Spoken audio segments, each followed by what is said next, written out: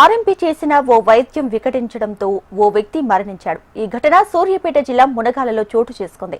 బరాఖతు గ్రామానికి చెందిన వెంకటేశ్వర్లకి 2 రోజులుగా జ్వరం ఉంది. చికిత్స నిమిత్తం మునగాలలోని ఆర్ఎంపీ వైద్యుడు వద్దకు తీసుకొచ్చారు. ఆర్ఎంపీ చికిత్స చేస్తుండగానే వెంకటేశ్వర్లు అపస్మారక స్థితిలోకి వెళ్లడంతో కుటుంబ సభ్యులు హుటాహుటిన కోదాడలోని ప్రభుత్వ హాస్పిటల్కు తరలిస్తుండగా మార్గం మధ్యలోని ప్రాణాలు విడిచాడు. దీంతో వెంకటేశ్వర్ల కుటుంబ సభ్యులు గ్రామానికి చెందిన కొందరు ఆర్ఎంపీ క్లినిక్ వద్దకు చేరుకుని మృతుడి కుటుంబానికి న్యాయం చేయాలంటూ ఆందోళనకు దిగారు. తన అన్న మృతికి ఆర్ఎంపీని కారణమని ఆరోపిస్తూ మృతుడి సోదరుడు వీరబాబు స్థానిక పిఎస్లో ఫిర్యాదు చేశాడు.